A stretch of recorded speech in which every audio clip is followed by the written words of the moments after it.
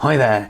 In this video today, I just want to look at how we can stake our selections, our horse racing selections, or in fact any other sports betting selections, how we can stake them in a way that reduces the amount of volatility within those selections, gives us a much smoother chart, a much smoother graph of profit, and reduces those downswings, those risks to our bankroll.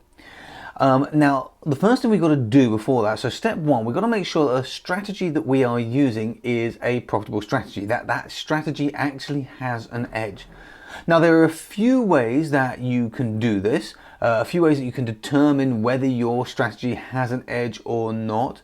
And one of those ways is to use the AE ratio, or the PIV, the pool impact value, depending on what part of the world you're from. It's the same thing, it's called different things in different parts of the world. Now, this value, when you calculate it, will tell you that if it's greater than 1, this will indicate that you are finding winners more often than the odds the betting market would suggest. So you have an edge because you're taking odds, but you're actually getting more winners than those odds would indicate you should have. If that value is less than 1 for that AE ratio, or the PIV, pool impact value, if the value is less than 1, that indicates you are finding winners less often than the odds would suggest. And what that means is long term, you will most likely end up in a loss. Now, to calculate the AE ratio, or the PIV value, is a very, very simple calculation where we simply take the number of winners, divide it by the number of expected winners. And if you're not sure how to do that, you can use the link near this video, around this video, to look at the article on the blog post talking about this, which is going to show you exactly how you can calculate that. So the first thing you need to do is you need to make sure the strategy you're using to find selections has an edge, and I would suggest you do that using the AE ratio, or the PIV, pool impact value. You want it to be greater than 1 to indicate that you've got an edge. Once you've done that, the second step, the second thing that you want to do is you want to see that you are staking based on risk. So you want to make sure that the staking that we're going to use is proportionate to the risk. And what this means is that we should be staking more on the bets that have a higher chance of winning and less on the bets that have a lower chance of winning. So we're staking more of our money on the lower risk, and we're staking less of our money on the higher risk. And this is what's known as proportional staking. And that's what we're going to talk about. So make sure that the strategy that you're using has an edge to start with. And once you know it's got an edge, the next thing we need to understand is we're going to be staking based on risk. The lower the risk, the more we stake, the higher the risk, the less we stake. So again, it's a very simple concept, but one that can help us to reduce these ebbs and flows. And the reason that it will do that is because if we just flat stake, then we're staking the same amount on a 20 to 1 selection or a 50 to 1 selection that we might be on an evens or an odds on selection. But the odds on selection actually presents us with a much lower risk opportunity than the 20 to 1 or the 50 to 1 selection. So that's what we're going to be doing. Now, once we've done all of that, we know that we've got an edge on our strategy, on our selections, we've got that edge, we understand that we're going to be calculating our stake size based on the risk in that bet. The next thing that we need to do is we need to work out exactly how much we're going to stake. And that is a very simple sum once you know your edge.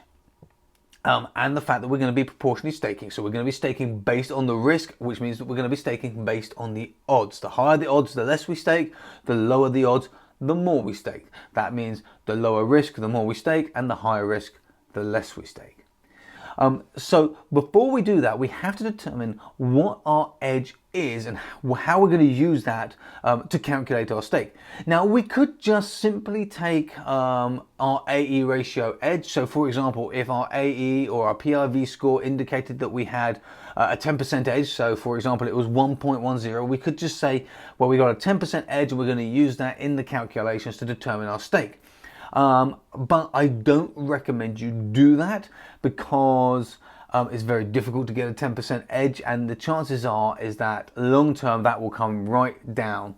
So what I actually recommend is you start with somewhere between let's say 0.5% and 1.5% as your edge. And that's where you start with it, and you start with it fixed. You still need to check that the strategy you are using has a greater than 1 value for the AE ratio or the PIV, pool impact value, because that tells you that long term you can expect this strategy to continue making profits because you have an edge, and it indicates how much you're beating the market by.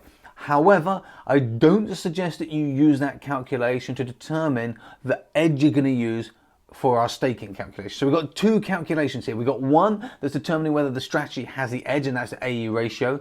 And we need to then determine how much stake we're going to bet. And we do this on every single bet because it's going to be based on the odds of that bet. But I don't recommend that you use the AE ratio for this. I recommend you use the fixed level, somewhere between 0.5% and 1.5%, 0.5%, 1%, 1.5%. Around those figures is the best. The lower you set this, the less risk you will have. So the lower you set this, the more protective you are being of that bankroll. But of course, also that means the slower the profits, and the slower the incline on your graph. But the less risk, the less volatility. If you're happy with a bit more volatility, go a little bit closer to the 1.5% level. At this point, we now do a calculation. So let's say we set that at 1%. So we set our edge at 1%. So first of all, we've calculated the AE ratio or the PIV, and we've determined it's greater than 1. We've determined that our selections have an edge in the market. We are winning. We can expect that to continue long term because we are beating the market. We are finding more winners than the odds would suggest we should be finding.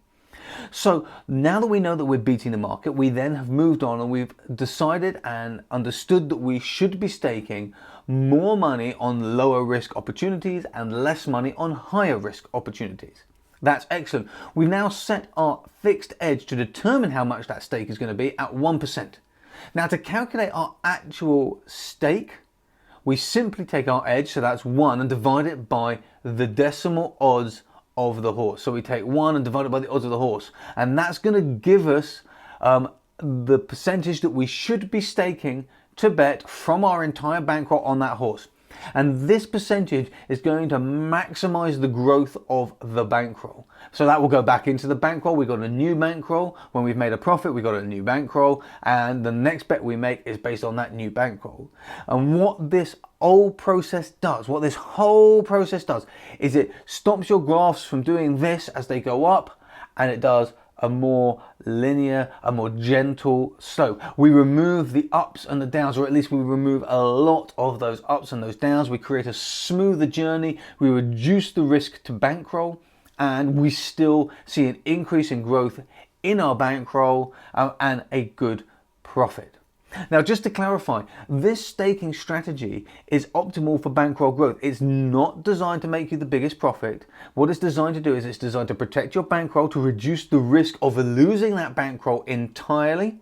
At the same time, it's reducing the volatility of your bets. It's trying to smooth out that graph as much as possible to make the journey to profit gentler and less stressful and less emotionally difficult. But still keep as much of a profit as it can for you from those selections. Now, if you want to find out more about this particular strategy of staking, you can visit the blog over on theraceadvisor.co.uk, and you can see the calculations there written down for you. You can see some examples in tables to give you some more information. But in summary, you want to first of all make sure that your strategy has an edge using the AE ratio or the PIV. It's the same calculation, just called different in different parts of the world. Once you've done that, you need to understand that the best way to stake is on risk. We should be risking more on we should be betting more or staking more on the lower risk bets. We should be staking less and risking less on the higher odds bets. So we increase our stake when we lower the risk of the bet.